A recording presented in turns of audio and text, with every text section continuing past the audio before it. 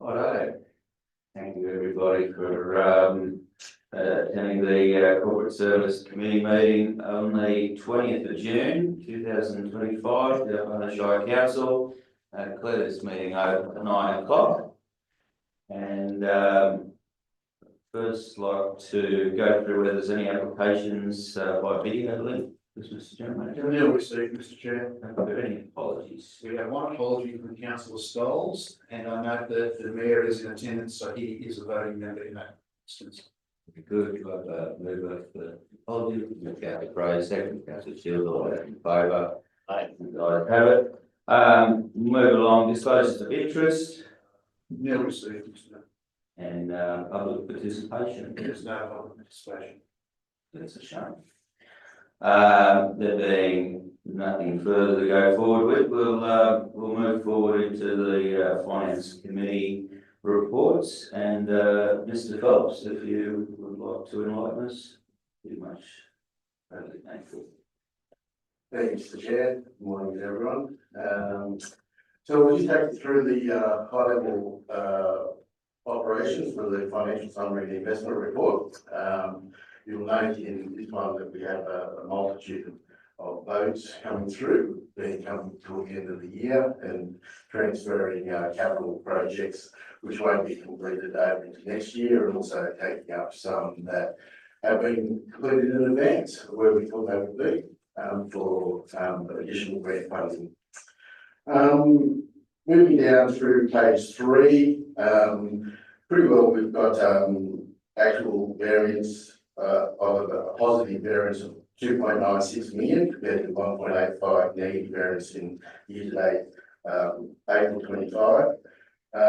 As I mentioned, there'll be a number of votes coming through. So we'll just take you through the high-level areas in regards to the operations itself. Operating revenue is higher by about 3.66 million, which is quite substantial.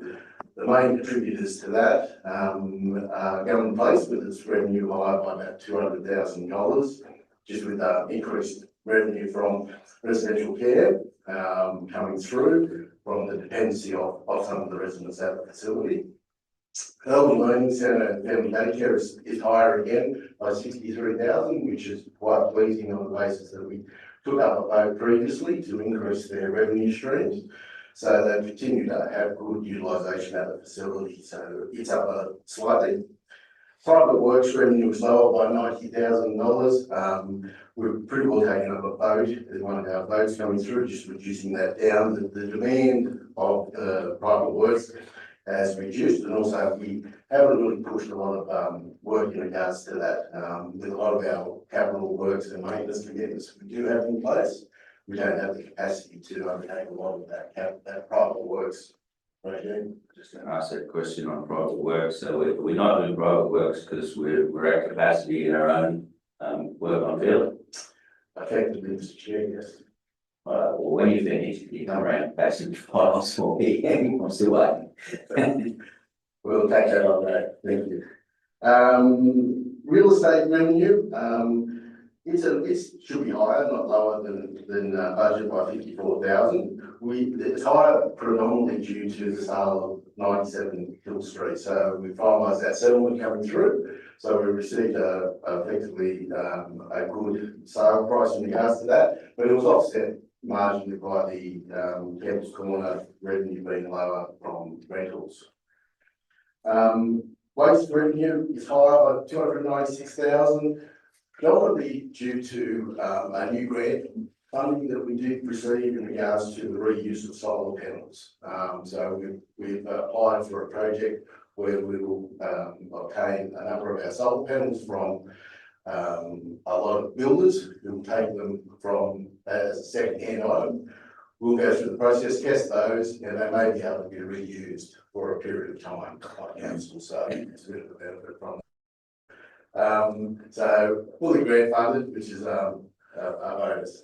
Other than that, we can undertake the work. What's the farms at clearing sale? I mean, honestly, it's a collection of second-hand bloody solar panels.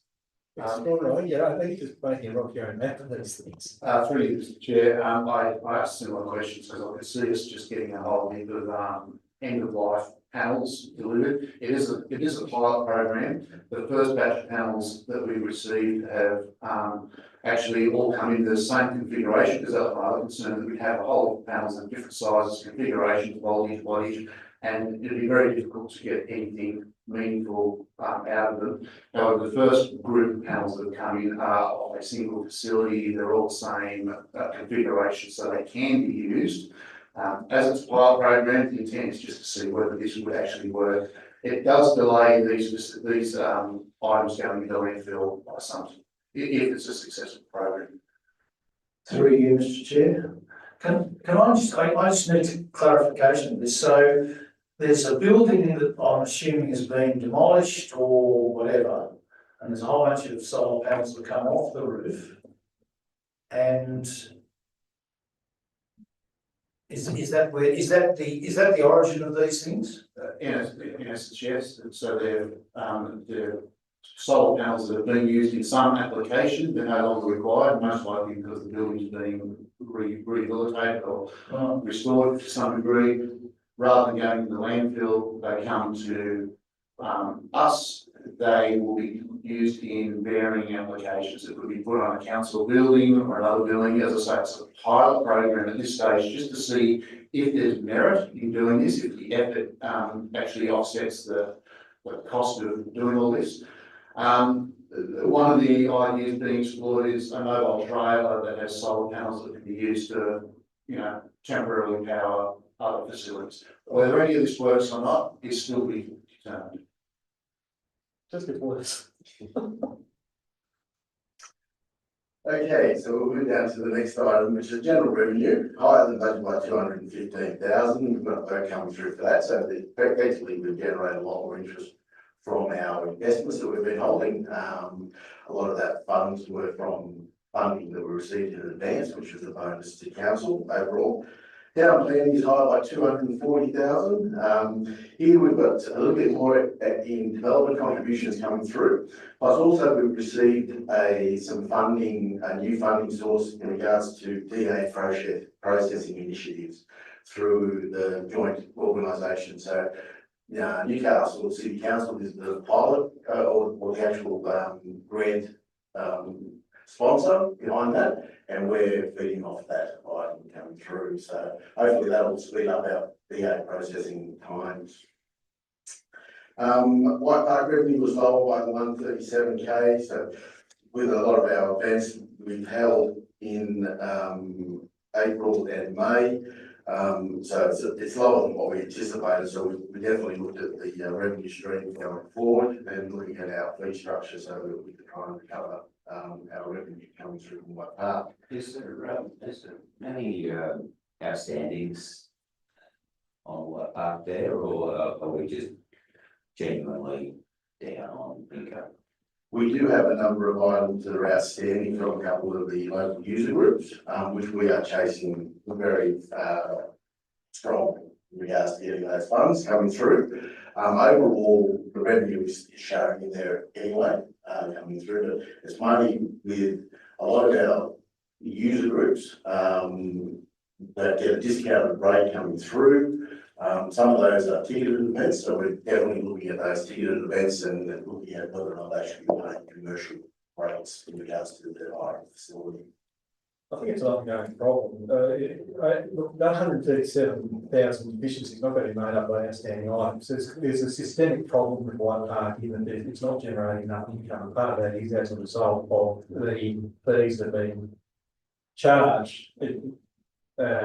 For those who were at the White Park meeting, the concern is if we charge full commercial rates that we're likely to not get people actually use the facility. This is the rock in the hard place we find ourselves between. And it comes down to, again, something that I raised in the meeting, that we, as a council, got to make a decision: is White Park something that we regard as an important community facility and we therefore subsidise, except that it's going to make a loss each year, or it's going to be an ongoing loss-making venture, but it provides such value to the community that we have to wear that fund. Because really, there's only a couple of levers we can pull in relation to White Park. We can either up the fees to try and increase the revenue, or we can reduce services, or I suppose the third one is that, as I say, council's got to just bite the bullet and say, well, we're going to clear it because it's an important facility. I think that's the reality of White Park. It's not going to get better just by recovering the outstanding amounts. There's a systemic issue with it. Through you, Mr. Chair, if there are users who are getting a discount because they're local groups, but they're still not paying on time, have we got a sanction in place where we just say to them, well, if you don't pay on time, you're gonna, the fee will go up to whatever the commercial rate is? Because it seems to me that there's people having 2 Bob each way on this. Because I drive past White Park every Sunday morning, and virtually every Sunday morning there are people there using it. And it's a bit of a conundrum to me as to why we can't make that pay. Through Mr. Chair, we had a workshop last month, which all councils were invited to for that specific discussion around the definition of who is a local user in the first instance, because just because a local user is the applicant doesn't necessarily, in my opinion, mean that it fits the local user criteria. So we want to try and get some definition around that. And to your point, any user, whether the local user or a non-local user, who has outstanding payments, we have told them in the past that they will not be able to make a future booking until their accounts are settled. Thank you, Jim. Very insightful comments anyway, Councillor Fraser. I think that's reality of the facility at the moment. Moving down to Erregrun, revenue sold by 75,000, has picked up in our revenue streams over the last couple of months. Probably will not make budget by end of the year. We still have some outstandings at the end of the May period, which we are chasing through our data, and we're going to make the direct contact to a number of those users to try and recover that dollars into council's bank account.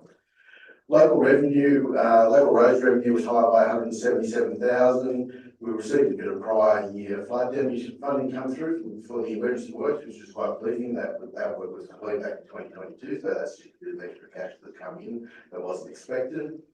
The sewer revenue was higher by $1.6 million. So the next two items are the main driver behind the increase in our revenue streams. Sewer is $1.6 million. We received our initial milestone instalment for Cassilis sewer treatment plant. So it effectively was just over $1 million. And the rest of it was made up by increasing our development charges, plus also interest increases overall from our funds that we hold. Through you, Chair, I assume that receiving initial milestone payment for Cassilis sewer treatment plant isn't treated, or not to be treated as revenue, because it's restricted, effectively restricted asset. It's there for a purpose. Yeah. Effectively, at year end, we go through it and take up all our grants in advance. As with our budget coming through, this is mainly a cash arrangement. It'll come in, but from a P&L point of view, that money will come out and be offset against future capital works coming through. Yeah, so it shouldn't be treated as revenue such as. At year end, at year end, that'll be changed from that angle. The water supply revenue also, it's increased by $700,000. So our user fees have been higher than we anticipated, which is quite pleasing in regards to that, especially with all the wet weather that's been around. Development contributions and interest returns as well. So there's pretty well across the board revenue increases. So those are the main items that make up the $3.66 million. Non-operating revenue and expenditure increased by $1.13 million, which is predominantly due to our internal gravel. So we've taken up all the gravel now to the end of May, because against all our capital works projects that we had up the Barrington Tops area. And it's higher by about $1.4 million. So we generated about $2 million from gravel from those pits. Cost us a lot of money, so there's a vote in there for that. So it's an offsetting vote coming through. We're still going through the process of doing a bit more crushing at this point in time, and that will leave material on the floor which will take up as stock in advance. that we'll have for future road maintenance up on the hill there. So we're taking that opportunity while the crusher was up there, instead of demobilising, we continue to do about $10,000 tonne of additional crushing. Internal revenue, internal fleet hire is lower again by about 300k. The trend in that is a bit of a worry. So we're continuing to look at our fleet and seeing why we aren't generating enough utilisation from our fleet internally. But that's an item that is ongoing. Again, given that we apparently aren't conducting private works because we've got too much work on, it seems to be a little bit of a non sequitur that we then have a problem with the utilisation of the internal fleet. One seems to not necessarily logically follow the other.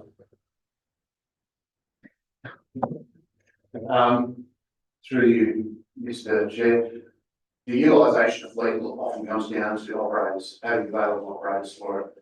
We don't have operators for all of our fleet. We can't operate the fleet, and that also includes whether it's private works or council works. It's obviously council works will take precedence. So logically then suggests the appropriate thing to do would be look at reducing the fleet. And that's exactly what we're looking at. So I think the Director of Infrastructure Services is about 90% through his utilisation assessment. His assessment will look at sharing the fleet with other, disposing of any underutilised fleet in the first instance. Whether there's fleet items that can be shared amongst our own crews rather than having two or something, having one or something and sharing it to get better utilisation. And thirdly, looking at sharing with other councils. Effectively, that number would probably only account for, say, a second-hand grader, though, wouldn't it? So there could be grade, some of the heavy paint could be graders, some of the water carts potentially roll. Could be a number of fleet items that aren't being used to their full potential at this stage.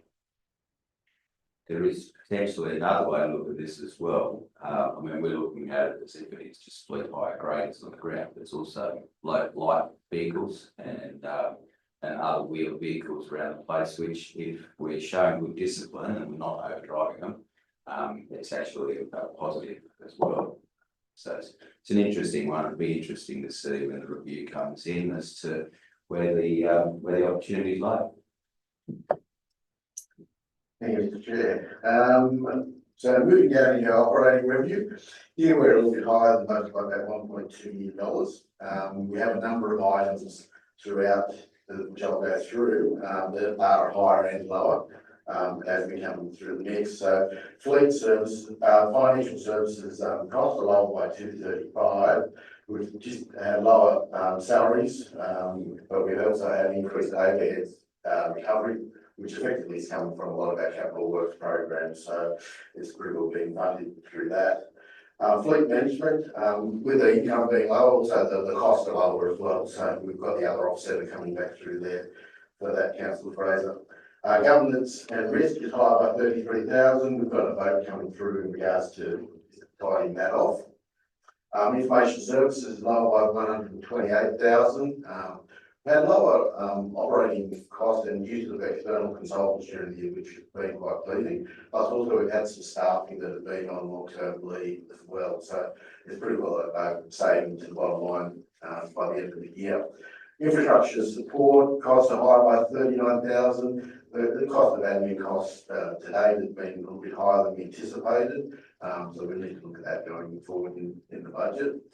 Revenue services lower by 72,000. Here we had a lower salary because we have a vacancy in that area at this point in time. There's been minimal debt recovery costs, even though we've actually done some debt recovery. So we're waiting for the invoice from our supplier to come to turn up with regards to that. Well, fortunately, your solicitors who are dealing with debt recovery aren't being, in my view, very, very good to council in the sense that they appear to only be charging the costs that aren't recoverable as the cost of court is recovery. So you know, actually net you won't be paying very much in legal fees. Most of them will just be included as part of the judgment, which is sensible and gratifying. Thank you, councillor Fraser. Moving down to community services, admin costs are lower by 56,000. We've had some staff on long-term leave that's been taken, and also there was a vacancy in the early part of the year. So there's saving to the bottom line. Government place, which has been highlighted numerously throughout the year, its cost of staffing and the use of agency staff has continued to increase. Let's stop on that. I mean, this number increases every month, every time we see it gets bigger. Is there any hope at some stage is it going to level off, or is it just going to be an ongoing increase each time? Every time we see this number, it's bigger. Yeah, unfortunately, councillor Fraser, the budget that was set down last year was on the basis of us actually having staff in the facility, and the agency staff is the thing that is really the problem coming through. So you not being able to actually staff the facility with internal or council generated staff, it's created a nightmare over there, and we don't have the skill set, and we can't get the skill set. So essentially, it's not a problem that we're going to overcome. There's no end to this particular problem that we can see at the moment. No, unfortunately not, councillor Fraser. But while we go through the process of looking at trying to increase our revenue streams from the department, that may offset some of those costs, but the actual physical costs, unless we can get staff that are internally generated and being council, it makes it very, very difficult. Thank you. Youth services costs are lower by 101,000, lower costs in regards to drop-in and EIPP activities. We've really got to concentrate on our EIPP activities, which is the early intervention program, so that we can spend the grant funded portion of that money. Private works costs, as with the revenue being lower, also the costs are lower by 46,000. So obviously, as mentioned in the revenue side, the demand and use focus on that area. So we got the cost of higher by 86. So the additional costs associated with the operation and the truck wash actual costs are higher, even though we're getting more revenue from that. But the actual charges for our water have been higher than we anticipated because we changed the rate coming through. Now, saying that, water has benefited from that, but overall, we've looked at that coming forward in the future budget and increased our charge per minute for our water. But those sales costs level off now, because that number seems to be staying fairly steady. Yeah, through you, Mr. Chair, yes, they've stabilised coming through, and we've maintained the costs coming into the mix. So yes, councillor Fraser, that's where it stands.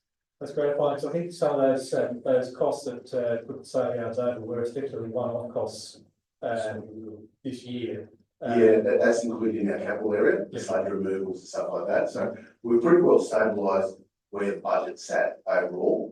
So that's been quite pleasing. So probably the last 6 months, it's been a static position. Very good. Mr. Phelps, sorry, I was going to leave this, but you mentioned the water. Yep. Now water revenues up 718,000. Seems to be lumpy. Is there a small number of users that are using a large amount more, or is it across the board? Can you break it down at all? Yeah, through you, Mr. Chair. The actual water consumption usage charge is up by about probably 250,000. So it's not the 700. The other was made up by development contributions and also interest on the funds coming in. Oh, sorry. Yeah, so effectively about $250 million, and a lot of that is residential usage as well, coming through the mix.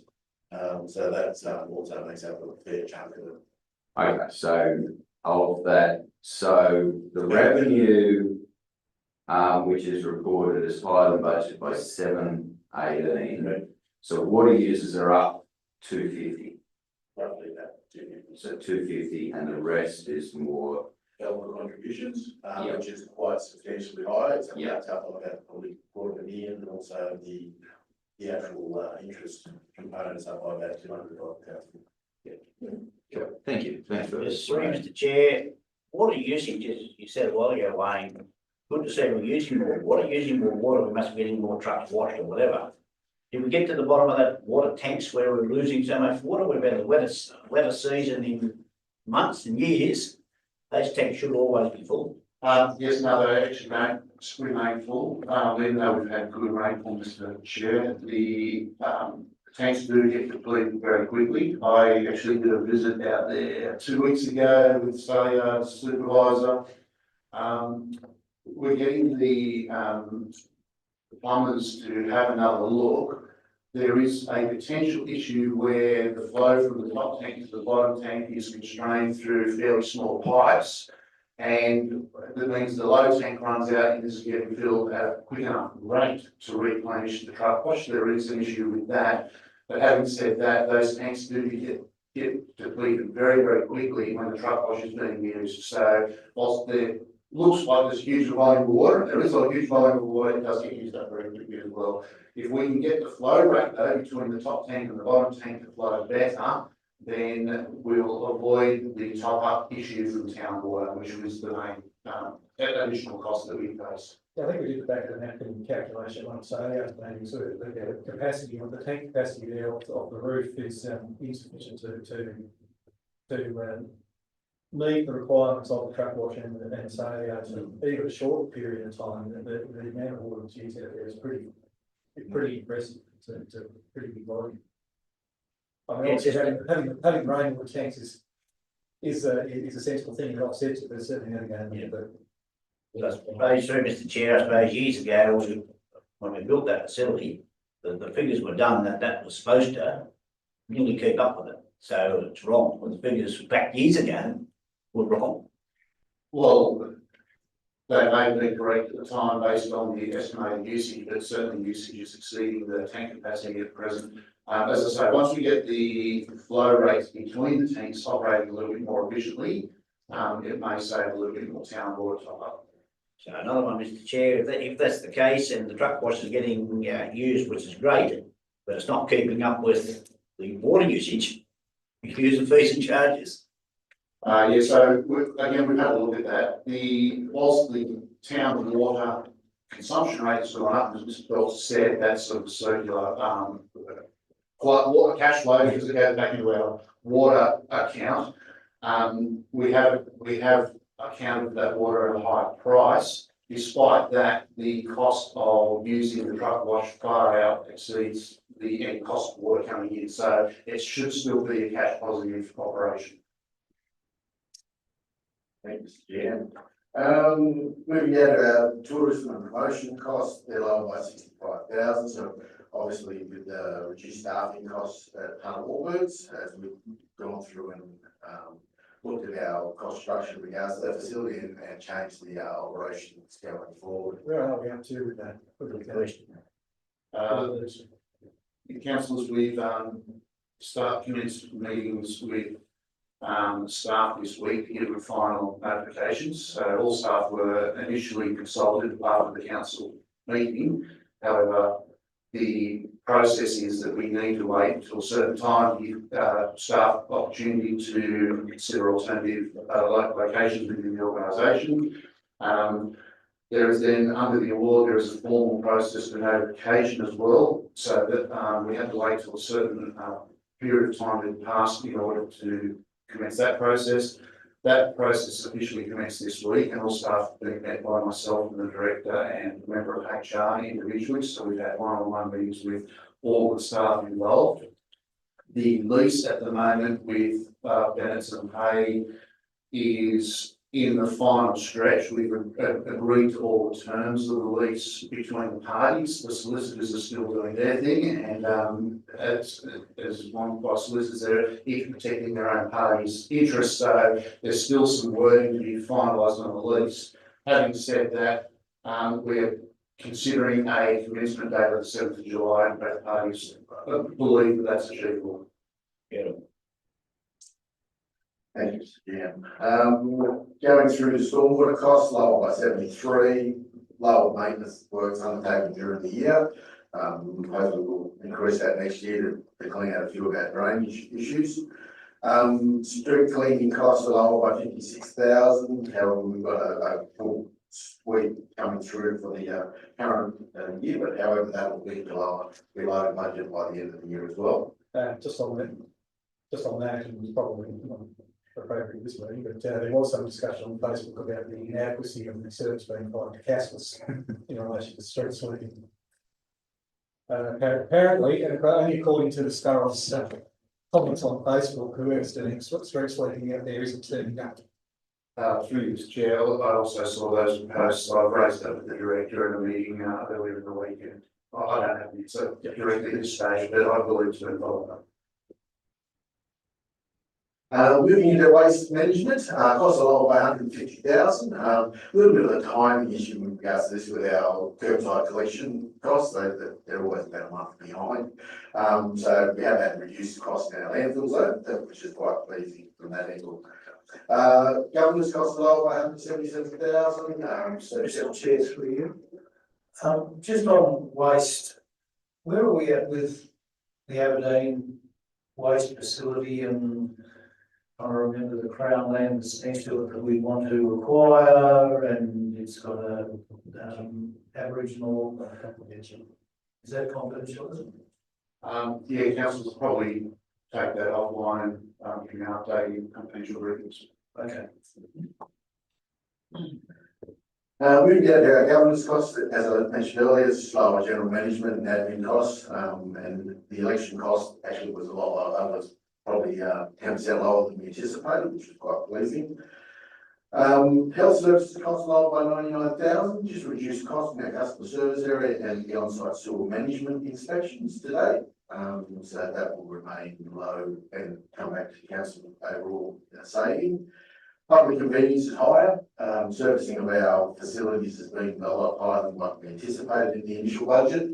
So we'll look at that going into next year's budget. Does that appear to be as a result of increased servicing of those facilities, or is it a result of damage being caused to those facilities? Predominantly, Councillor Fraser, increase just the servicing costs.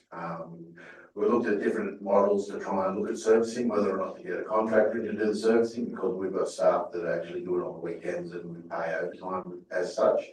But at this point in time, it's more beneficial for our staff and the council to continue the method we're doing now. Moving into our quarry costs, building control and town planning costs, lower by 257k. We had some vacancy in that area at the moment, and the reduced use of consultants overall, which is quite pleasing. So that's a benefit of the saving to the bottom line coming through. Quarry costs are higher by the $750,000. This is not the go in regards to winning a lot of that material, which we've got the revenue stream coming through for now, so we're taking up the vote for that. Yes, Mr. Chair, questions through that.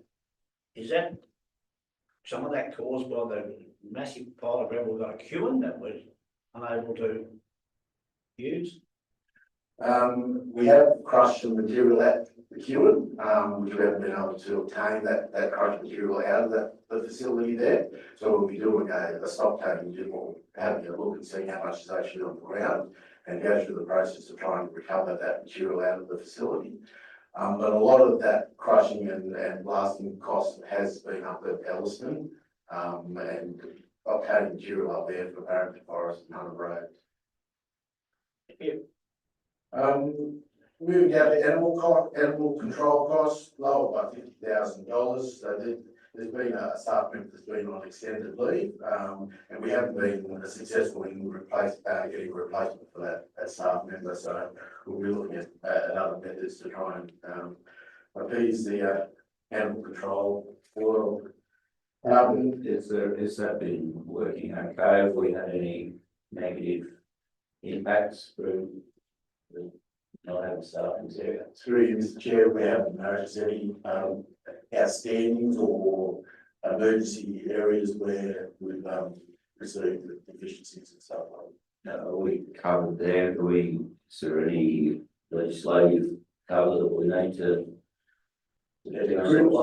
It's pretty well as when required. So we do have other staff within the organisation that undertake a bit of that work as well. Yep. So they'll look look after the after-hour calls and so forth. Thank you. Emergency services and fire levy costs fell by 97,000.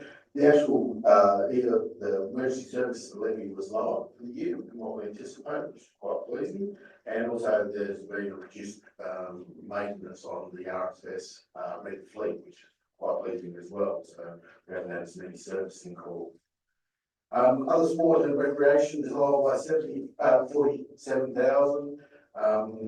The staff member in that area was used predominantly through community services for the most part of the year. So that would be a saving to the bottom line by the end of the year. Parks and gardens costs are higher by $100,000. So increased cost of tree maintenance, utility and staff training coming through. So a lot of that, some of those costs are related to storm events that will be isolating the cost and claiming that as storm affected flood damage. Sporting grounds is higher by 185,000. Again, the increased cost of servicing the facilities has been a lot higher than what we anticipated. Partially also with storm events in the last couple of months, but overall it's been servicing of the facilities. Just in relation to sporting grounds, a little off the topic, but very well done to everyone involved in fixing those grounds for the last week. The result of an idiot who decided to go driving on those grounds, and congratulations to everyone involved in that. As a sterling effort, which shows great community spirit. Has there been any progress made to identifying people involved in that particular? We had video footage of the motor vehicle at Bill Rose, Mr. Chair, and we also had video footage in the main street of the same vehicle. We passed that on to the police and we'll let the police do their job. Excellent. Moving down to our aerodrome costs, lower by 83,000. So while we've got lower revenue, we've actually had some cost savings there as well, which has offset that lower revenue, but still not fixing the revenue issues. So we've had the staff member and we're going into that new service agreement in regards to that new lease when it does eventuate. Bridge maintenance is lower by 127,000, just reduced maintenance required by council. We were looking at trying to get a contractor on board to inspect our bridges by the end of the year. However, that contractor isn't available at this point in time, so we'll have to organise that early in the new financial year. Footpaths and cycleways cost lower again by $60,000, so just lower maintenance required coming through. Local roads, admin and training costs higher by about 280,000, so a lot of higher costs in regards to salaries, training and activities for the outdoor staff. We had to bring a lot of our staff with a number of their compliance tickets up to speed. So we've gone through that process in the current financial year, so we're all back on track with regards to tickets and so forth in regards to doing the work. Regional road maintenance is higher by 227,000. Just a little bit higher here in regards to our maintenance regime coming through. So overall, it's pretty well just maintaining roads as and when we need to. Local road maintenance is similar. It's higher slightly by $180,000. When you look at the budget for that, it's about probably 10% more than what we anticipated, but again, requirements coming through. Sewer admin, main maintenance and treatment activities is higher by about 490,000. Just increase in mains and pump station maintenance costs during the year. We do have some project management costs that have been included in there from some of our guys that look after the desludge flow event and also the relining. So we'll look at those costs and see whether or not we can capitalise those coming through the mix. So overall, it's as you can see, there's a lot of ups and downs within the operational costs. Capital expenditure is above budget by about $610,000 overall. And we'll just run quickly down through the items that are highlighted. So government place again, as we mentioned earlier, we had to replace the nurse call item. So as Councillor Fraser raised earlier, we finalised a lot of the capital works up there in regards to the PA and the sludge removal. The Beltman hangar is lower by 71,000. That project has commenced and is continuing. So it should be finished in the first part of next financial year. The off-leash dog area acquisition, we've taken up a vote in regards to that, those funds coming through from the additional revenues that we generated from our general fund in the year. Bill Rose Complex, bollards, lower by 60,000. We've removed that out of the mix, out of the budget now. We've done a review of the actual requirements of them and checking to see whether or not we are required to put bollards at the facility. So we've got cameras up at the moment, and that seems to be deterring a lot of the vandalism activities that have been down there. Probably just add that, obviously last Friday's event, made us rethink our logic on the bollards and whether or not they would have worked in that instance. The vehicle was a stolen vehicle, it had smashed the gates 3 times and broke the chain to get in. So the question is, even if we've had bollards there, they may not be able to do anything further to protect that field. It's an interesting point. I've never been a fan of bollards, as well known. But after last week, I also did some rethinking on my own. So it's interesting that you bring that perspective. Thank you for that. Moving out to our White Park complex, here we've got 3 items that are coming through. The internal roads has been completed and for 43,000. The electricity supply is completed and it was 56,000. Our complex roof over the yards, it's had fewer hurdles coming through with the construction certificate. However, we've got the guys organising all the materials, and it'll be up and in play by early in the new year. Is there some reason why council's not certifying authority for that project? Yeah, through you, Mr. Chair, because it's LDA. Okay. Just, So that's something. yeah, we do have an independent party. Yes, and also that the actual square meterage outside our footprint that we were allowed to do. So Is that 200,000, is that simply reflect a claim that is to be made in the future once you get the construction certificate? effectively, yes. Yeah. So effectively, when with that, it's fully it's grant funded and DA funded. Yeah. So when we come through, we'll be getting bills coming through very shortly. So effectively that 200,000 is on the budget, Only time. at this time. Only time. Yeah, that's right, it's time issue. And that's a good point. A lot of you'll find that capital works are in that position. A lot of the capital works that are behind schedule are under budget. It doesn't mean forecast will be under budget. It's just at this present time they are under budget. Moving into our regional and local road reseal program, here again, we've got one under budget by nearly $1 million.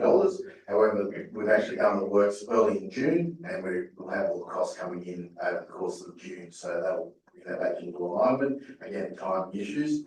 The local roads and regional roads heavy patch programs are high by about 700,000. This program has been funded by the road emergency fund, which effectively we receive funds for. Undertaking a lot of the heavy patch program in regards to the reseals that were done. The Coulsons Creek Road upgrade is higher by 111,000. It's continuing on schedule and on budget, so it's scheduled to be completed by December of 2025.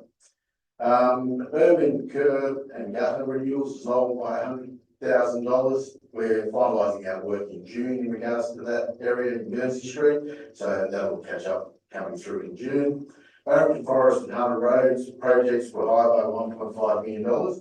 So effectively the increase there, we've actually secured all that grant funding coming through. So it's fully funded, transferred from an underspent in regards to Barrington Forest Stage 2. So those projects are now complete as of the 31st of May.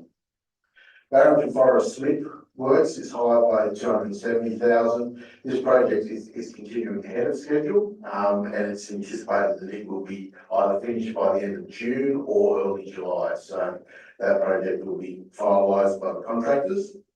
Just three, Mr. Chair, the other slip the other day is beyond where we've just finished our work.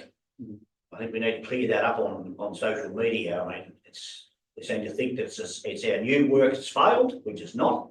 I may have put something out myself there to clear that up. And this is going to be the problem with that road all along with this wet weather. That's been slipping all my life, and it will continue to slip. So I suppose we're going to have to try and get some funding now, are we, to try and rectify that? Through Mr. Chair, so that's the funding will apply, given that we've been declared natural disaster for that event, and that's as part of that event, we'll apply for funding for that. In regard to social media, I'm more than happy for councillors to correct any inaccurate information on social media. And if you need information before doing that, reach out to us.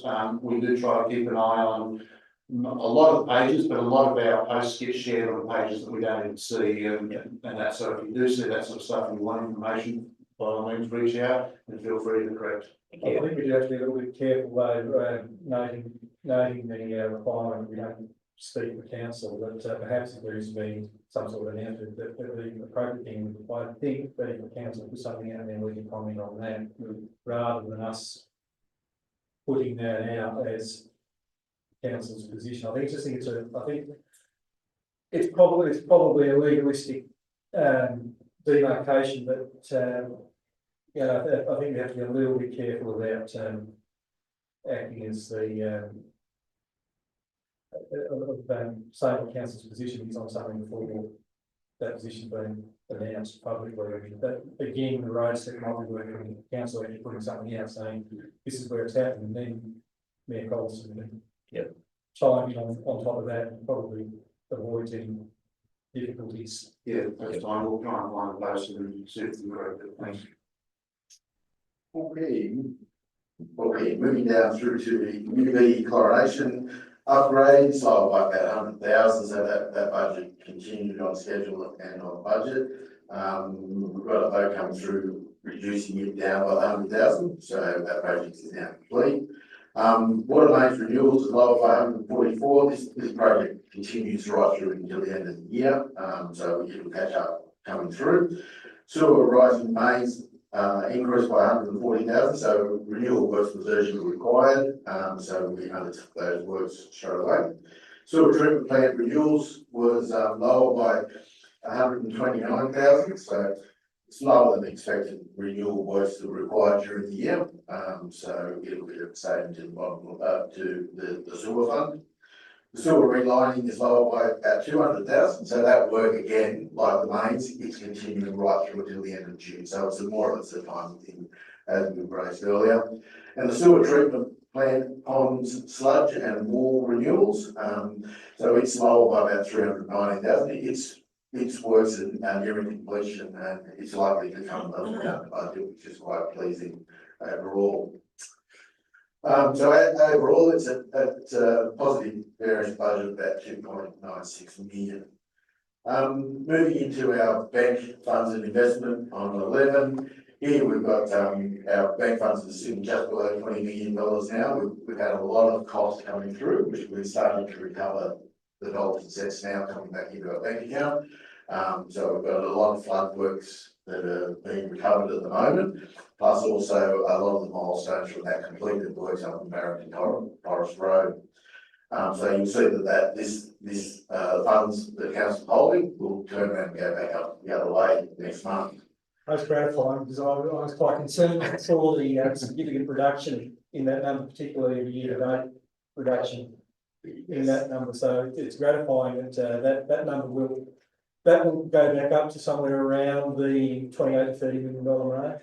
Yeah, that should turn around. Well, I know about 6 million coming that we've done works for, finished. And then obviously on top of that, we have other grant funds that will come through as well. And I realise that most of the funds that are accounted for in that number are effectively most restricted assets. I mean, they're effectively earmarked for other projects. Effectively. Yeah, so it's not the situation where we're getting into reserves. It's money that is set aside for these specific purposes in any event. 100%. Yeah. And hopefully moving into the future, we'll start having excess funds in there for general fund to put back in reserves. External loans is sitting at the end of May at 27.25 million. Internal loans, as we mentioned earlier, we've made application now after the last council meeting on the 26th of May for a new internal loan up to the $6 million, if needed, coming through. No drawdown on that. No, there will be no drawdown on that until unless we identify that we do need that, that funds. So that's how we stick with that one. Restricted assets are scheduled in there to the end of June 25. And the capital expenditure report, it's actually increased a little bit more because we're actually going to do about another $3.5 million worth of work in the main road 358, so it's a little bit ahead of schedule than what we thought, which is quite pleasing. So it's gone back up to the 69 million, just below the 71 million that was adopted in June 24. At the moment, we've done 82.6% of the actual works coming through. So as you can see, there'll be a fair chunk of funds coming through in regards to some of those projects. We're not likely to get to 100%. Given that we've got what, 11 days, 10 days of the financial year to go. Through Mr. Chair, no, Councillor Fraser, it's unlikely. We'll probably get to low 90s to 95%, around that. So we'll meet our satisfactory area of what we our calculates. Yeah, and again, those projects which aren't finalised this financial year, we carried over to the next financial year. It's part of the process that we're going to. That's progress. I know that you appear to be getting to the options to accept or reject.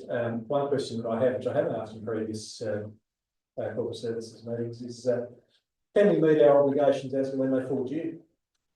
Yes, yeah. Excellent. Mr. Chair, probably just to go back to Councillor Fraser's earlier question about the performance ratio in regard to capital works delivery. It's unlikely that many councils achieve 100% because in each of the capital works programs, there's a little bit of contingency built in, just for the unknowns, of course. The other thing is, if you do achieve 100%, it's quite often an indicator that you've actually exceeded your budget rather than delivered more of the program. You just delivered more of the same level of program at a higher cost. So we try to aim for about 80%. We're probably on target to get 90%. And to be honest with you, it's probably one of the better performing councils I've worked at in regard to capital works deliveries. I've been at councils where the deliveries have been at as low as 50% in some instances. So we do deliver quite a lot of our capital works as per our plan. Thank you, Mr. GM. Okay, so just moving down into our schedules that we do have there. We have the fund and function summary, which is pretty well the high level and then the service area of each of the areas coming through. And as you will see, there's a lot of votes that we do push through. And that's mainly in regards to a lot of the votes moving some capital works around and in the mix. So moving into our bank funds, as Councillor Fraser said earlier, yes, it does look really good there. We can see the graph continue to drop down low there. As you should hit it pretty well bottom out and start to spike back down the way down, which is quite pleasing. Moving into our investments, with use of funds coming through to do a lot of the capital works, it just reduced down to the $16.4 million. Still getting good interest rates, all above fives there, but they're all going to come off very shortly. So unfortunately, we'll be going back to probably low fours. Loan schedule on page 21 there, as you can see, that's at the $27.25 million, and continuing to reduce that loan facilities down by about $2 million every year, which is pleasing. And we'll have a number of loans that will ultimately come off around that 230 mark, year 230. Moving into our capital works side of things, just an overall summary of our capital works items and where they're actually situated in regards to the budget and actual spend. That's over the pages 22 through to page 30. Restricted assets, just where we anticipated that restricted assets will fall out. And then finally, our votes. So here we've got a number of pages there, about 4 pages, apart from the abbreviations of votes coming through, which effectively are just tidying up internally in each of the service areas, funds, so we can get the true budget number moving forward, but also movement of capital works deferring to next year or taking up ones where we receive additional grant funding coming through. I'll give you time to have a good look through those.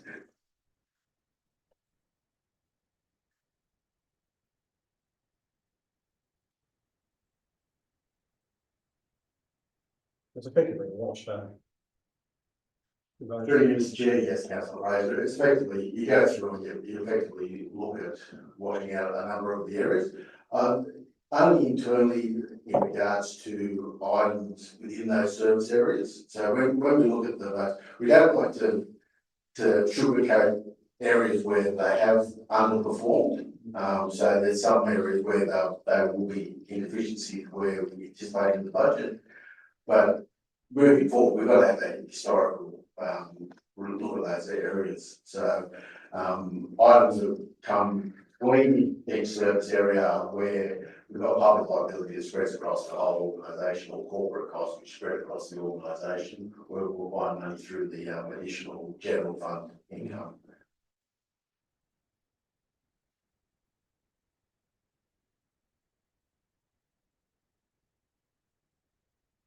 I think that's just the reality, isn't it? We can't get away from that, the issue. Going to fund all these projects and programs, and the loss-making ones are going to draw from the non-loss-making ones, and ideally we don't have loss-making items, but then we come back to the purpose of having local council, which sometimes is to fund things which are unprofitable. So I think that's the reality of the situation that we face. Try and keep the unprofitable things to a minimum, but in reality we are going to subsidise some things Financially. financially. Okay, councillors, we got any questions or comments before I take to a vote? There being none, I will move it to note and adopt the recommendation. Councillor Shields and seconded Councillor Rowe, all those in favour. Let's have it. And we'll move along now to the property update. Is there anything new to discuss here, Mr. General Manager? Mr. Chair, I'll take the report essentially as read, probably just to draw your attention to, Mr. Phelps has already alluded to in the financial report that the Hill Street property is now settled, so that's now complete, and we met, exceeded the minimum threshold set by council for those sales. The Rosedale estate had a bit of conversation with Murray Cack, and we're now working on a potential subdivision for that.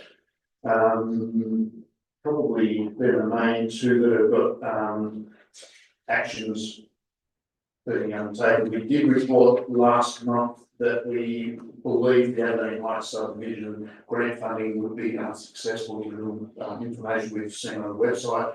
Since that time, we have been given formal notification that it was unsuccessful. So that's the $3.5 million to redevelop Aberdeen.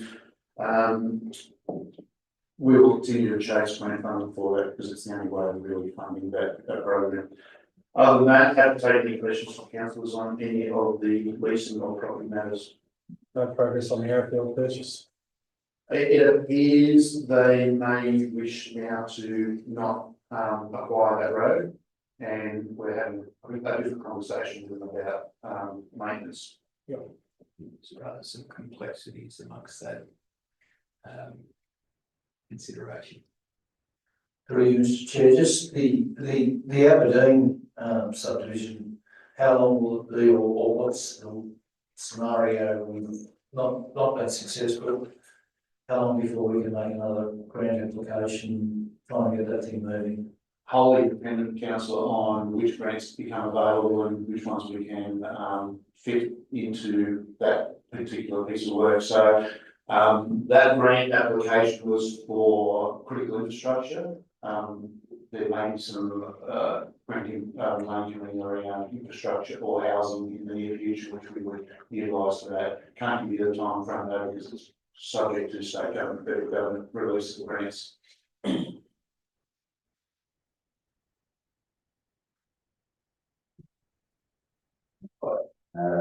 There being no further questions or comments, I'll move to note the recommendation. Councillor Fraser seconded, Councillor Colson, all those in favour. Ayes have it, and we'll move along to the grants report. Location. Yeah, thanks, Mr. Chair. Again, just to draw your attention, the first table in the report doesn't look too promising. We've only had one successful grant application, with the remainder being unsuccessful. And given the hours, it was one of the lowest of those, so fairly poor result this month. You can see in the grants submitted, we're still making a number of applications, 4 grant applications though, and we're waiting on a number to be, announced. There is a significant grant application in the very bottom table of up to $5 million. We have put together an application for about 6.2, so it's using the full $5 million from the grant, matching with about 1.2 of our own, obviously. And that will be allocated to about 4 kilometres of the Bun Road from Cookson Creek intersection that work its way back towards the east. Again, don't know how successful we'll be, but that will be a fairly sizable grant of those ones coming through. So that's with the intent to nearly get you through the Murray Valley. Won't quite, so we'll do a little bit of work, Mr. Chair, from Murray Gully under our current program, that's already budgeted and allocated for. This will sort of start at Coulson's Creek end, work back 4 kilometres. There will be a small piece that will still be undone, or unresolved, and we'll continue to chase funding obviously for that, but it will be a significant amount of it. Be very positive. Safer road, local roads and infrastructure program, $5 million grant, that's something that's different to the regional precincts and partnership program grant application. That's a different section of road. I believe so, Councillor Craig. I think It's that's a also different. a duplication. I don't think it's a duplication, I have to check. That's for the library. Oh, sorry, that's the lovely one, thank you. Yeah. So it's a different program. Just through you, Mr. Chair, Wayne, when you see this funding request, the council contribution, where do we find that in the budget? The council contribution. Through the chair, ultimately we look at erosion recovery. So it'd be another funding bucket coming through. So we're entitled to about $10.2 million of funding over a 5-year frame, which effectively we can use on roads for safety purposes. So Right. So we'll look at that as the funding source. thank you.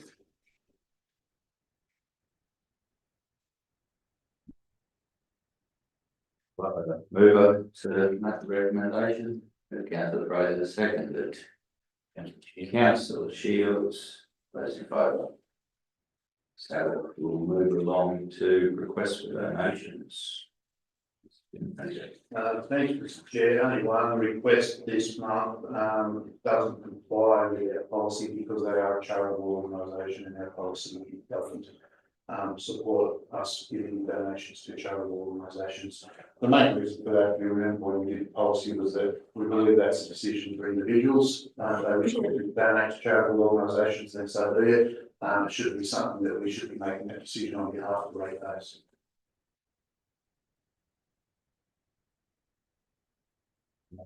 Questions or comments? I've got to move for the recommendation. Move Councillor Fraser, seconded, Councillor Shields, all those in favour. Well, the ayes have it, thanks Karen. And moving lastly to responses to the previous questions.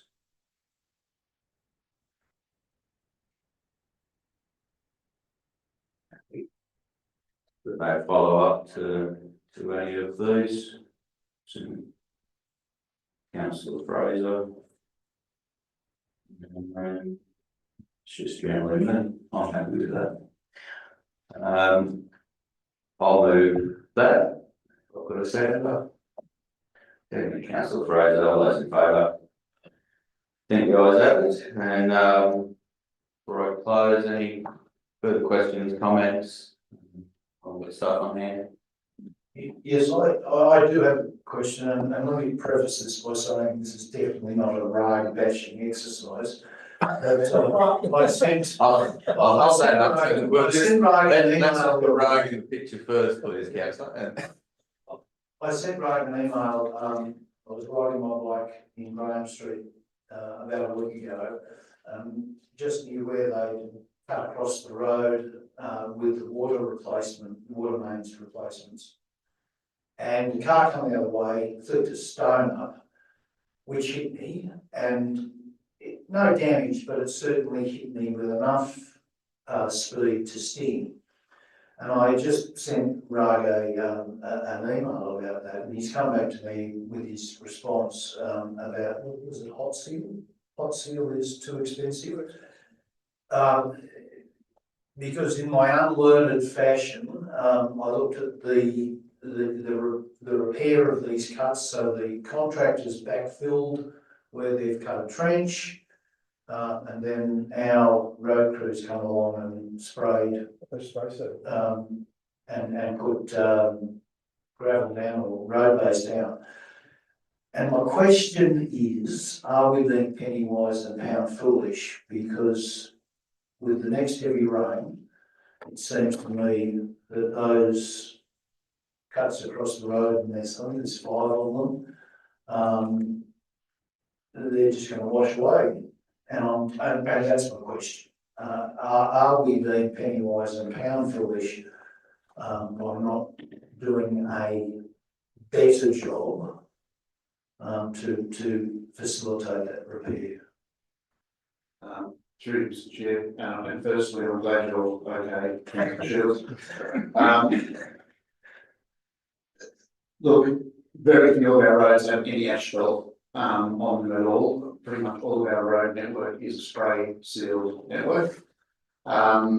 Yes, an asphalt seal will give a better surface, a better finish, and will generally last longer. It's actually a structural membrane rather than just a waterproof membrane, so it does give you a better finish, and from an asset perspective can give a longer life. Having said that, there is a significant difference in cost, and we just could not do the entire network if we started to switch from a spray seal to an asphalt surface. We would not be able to continue that through. So it is a financial decision. It's an asset management decision to some degree. Not every spray seal surface washes out and folds every time you get a rain event, although they're probably more susceptible to failure after a rain event. A lot of it comes down to our practices, and if we can get good compaction and a good spray seal and good coverage with the stone, and then sweep up afterwards so that the cyclists don't get the stones flicked up at them, we generally get not too bad a surface, but again, it can vary. So we'll take it on board. Every couple of years, every council in New South Wales that I've ever worked at, and the ones I haven't worked at, do this analysis. Do you go to a more expensive surface treatment and get the better life, but can you afford it? And so quite often, it looks like Mr. I'm going to say, Rag, did you want to add to that, did you? I thought I gave a very big explanation, but you're welcome to add. No, thank you for that, General Manager. Also, Chair, I understand it's unfortunate. It can happen any of our roads, whether it's loose gravel. Now, what response I kind of sent Councillor Shields was that yes, this is our practice. Unfortunately, it's a financial decision. We don't go, at all. However, what we currently do in regards to that is we actually go through a process where the contractors have to do the backfill, where our crews then go and do the spray seal. Now, we ensure that the minimum cover for pipe is 750 mil with 3 layers of backfill and compaction. In your particular case, we also have left the backfill for a good couple of weeks where we had significant wet weather, so we know it hasn't subsided anymore before we went.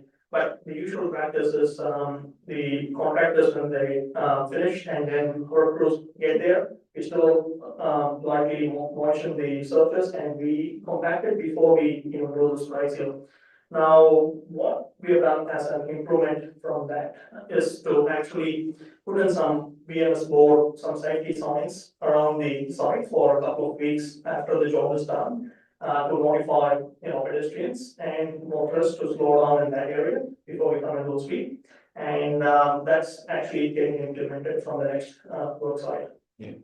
Look, as I said, it wasn't a bashing exercise, and the stone that flicked up to me wasn't a huge problem, although I did think to myself that if it were a child there, these are, and I thought, well, it's got to be worth, asking the question.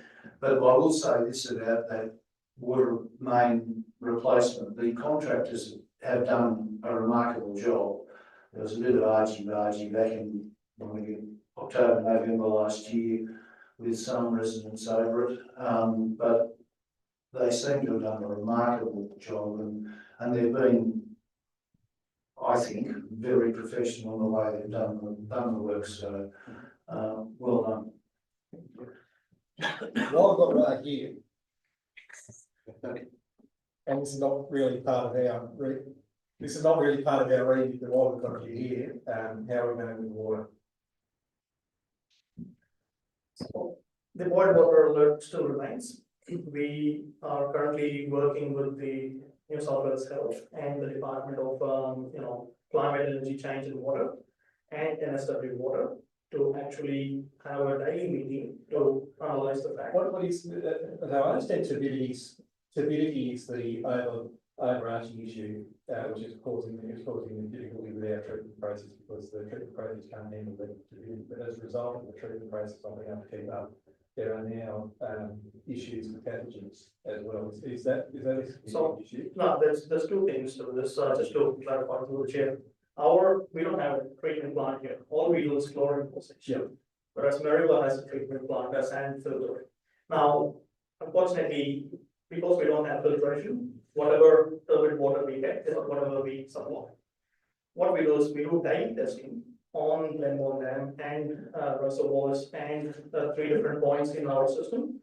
And we also do multiple testing during the day to monitor the turbidity levels. Plus, we do have a turbidity meter. Now, what happens is when we look at the chlorine dosage treatment we do, the chlorine dosage is currently being adjusted to improve the water treatment, because it will compromise with the high turbidity levels. So we are kind of adjusting depending on still meeting the threshold of what's required in the Auckland drinking water guidelines. Yeah. But it would still compromise. That's why we put out the boil water alert to give that. When it comes to the pathogens that we're talking about, the E. coli bacteria or the microbials. Giardia and Cryptosporidium were 2 that were identified in the most recent release from Council yesterday. Yeah.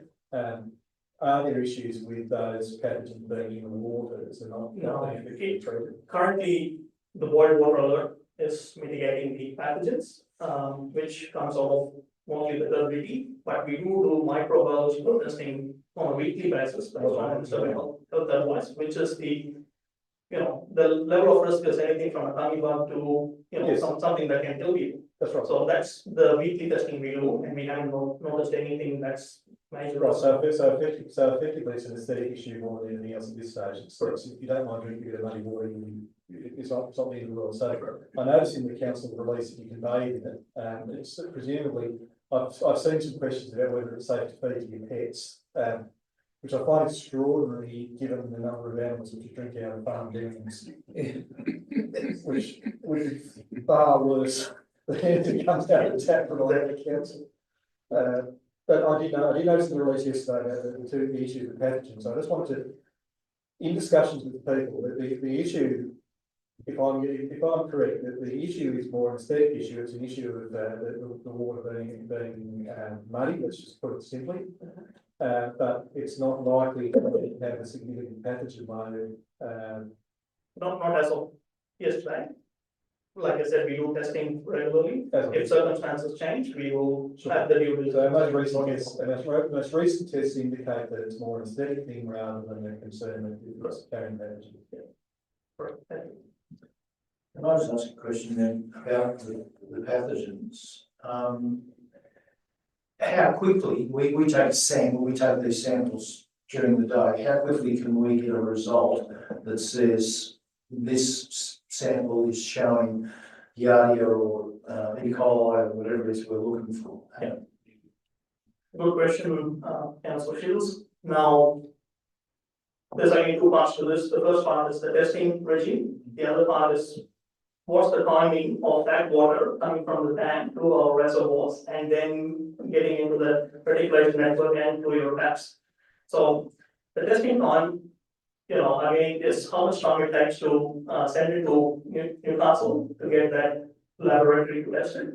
And usually we get we send it the same day and we get the results the following day or within 48 hours at the max. And the result also goes into the New South Wales Health database. And we only get the records from there as well. Now, what happens is if there is anything like that, they will notify us immediately and New South Wales Health will jump on board to discuss what are the mitigation measures. For the water, let's say from the Glenmore Dam to come into our reticulation network and to come into our reservoirs and stay there with the chlorine at time and then come to our taps, it's going to take more than that amount of time. So, it's going to be at least 3 to 5 days before the water comes into our taps from Glenmore Dam. So we will have, laboratory results to actually mitigate the risk and inform residents if there's a change in circumstance. Yeah. Just in relation, I did share some correspondence with General Manager and councillors received from a former council employee. Who I won't out there just publicly, but it was reflective of a sentiment that is in the community, and I have heard the same thing said by other people. I thank General Manager for his response. I think it's very enlightening. I'm just wondering whether that response in some form might be provided to that person. Yes, so through Mr. Chair, I didn't know if you wanted me to reply directly or whether you had already. I haven't. No, I was going to ask you that question. Well, I think that the explanation you gave is very, very good and thorough. And I don't know that it would add much to the discussion generally to the public at large, but I have heard those issues that were raised by that particular person and expressed by other people as well. So perhaps if there could be a response, maybe just a topic version provided to that person, and it might be something that could be put out more generally if it was thought to be a useful thing to do. One thing that was raised was the issue of the bores at Scone, which are no longer equipped. And I noticed there was a comment that the water in those bores is no longer up to standard, New South Wales drinking water standards. Is that a mineral content issue, or is there an issue with pathogens in that? I think that was the direction from Department of Health. Brad might be able to answer that directly. Yes, so this is NSW Health Animals, and the bores have been decommissioned and not being used for a long time, so there could be any sort of issues from that water. So health advice, we don't use that, and license requirement also is that we can't use that or limit usage. The next thing is the capacity and the treatment, and we don't have a treatment plan, so we can't guarantee anything. So considering the risk factors, it's not a viable option.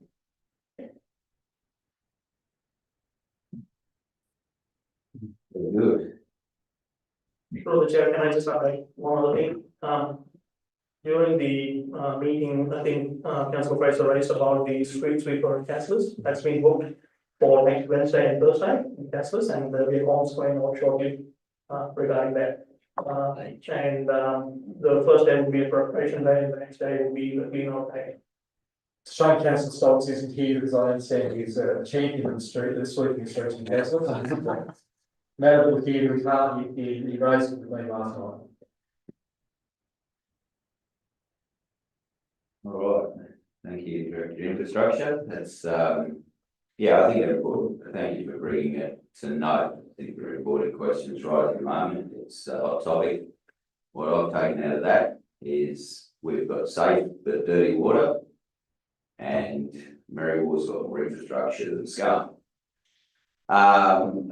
Now, there not being any further ado today, I'll call this meeting closed at 10:20, and I thank councillors and staff for attending today, and I wish you all a good weekend. Thank you all.